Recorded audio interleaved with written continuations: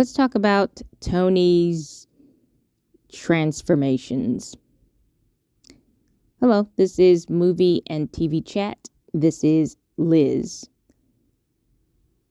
Tony in West Side Story has always been a Jekyll and Hyde character to me, in that we are told that he was the founder of a gang, the leader of a gang, and then somehow walked away from it and still is alive and still living in the same neighborhood. So they know where he lives, but they leave him alone. Meaning his former gang members have not killed him or otherwise harassed him. They just sort of disdain him a little bit, suggesting that this is a really tough guy. But when we first see him, he's already somehow reformed from his former lifestyle.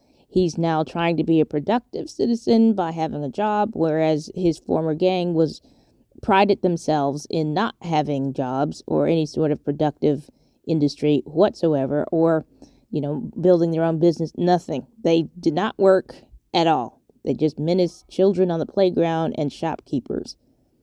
Their lives look so miserable. So Tony is now with a job. And with most versions of this, the stage and movie, except the 2021 version, they don't really tell you how he did it or why he did it or what motivated him to do so. And the 2021 version suggests that he had a lot of time to think in prison, and somehow that this helped him to rethink why he did everything that he did, because he nearly killed somebody. So he was sent to prison for about a year, and he came back a changed man. Needed a job. A local person, Valentina, gave him a job at Doc's pharmacy.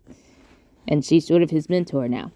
So I find that to have answered a lot of the questions I always had about Tony, meaning giving him a kind of backstory as to why he's these two different people. But usually it's not addressed. It's just you meet him when he's already reformed. So he's this kind of a poet whose head is in the clouds all the time. And so he's often cast for the kind of boy next door more than the menacing sort of criminal element. Not that a boy next door could not be a criminal, but usually They cast for the softer side of Tony. They cast an actor who can be the love interest without making the audience recoil that, oh, Maria, you don't need to be with him.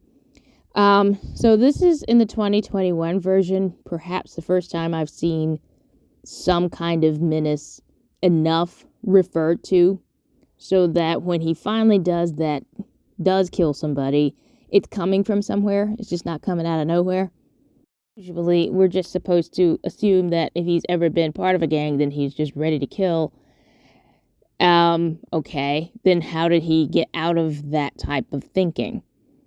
And the answer is he never really did. But as I say, they usually cast him not as the menacing person, but as the person who can be sweet and kind, so that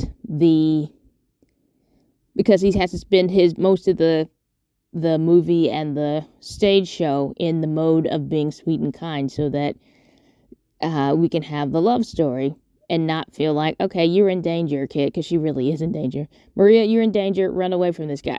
You can't feel that way, or you won't be rooting for the story, and you would basically be spending 2 hours with a couple that you don't think should exist. I don't think they should exist as a couple. I really don't. But so they didn't cast Tony for the menacing quality this time in the 2021 version, which I was bummed out about. But they did give us a reason for why he becomes Jekyll and Hyde. He just sort of blanks out and becomes something that he doesn't want to be, which makes him a lot scarier, frankly, which is good. So he can be these two different characters, which is not easy to play. You have to play both sides of him, and it's not easy to do that. So I like what they did with adding the fact that he's already paid for a crime And having to do that, he realized that his path in life might not be the best one for him. Makes sense. Still, though, casting to make them seem sweet kind of makes you wonder, what would it be like if you cast him for the menace first? For the Mr. Hyde side of him first? I think we'd just be too scared of him the whole time. Yeah, you have to cast him for the sweetness first. And then the actor should be able to pull out something drastic for the moment when he's killing Bernardo. Okay. Goodbye.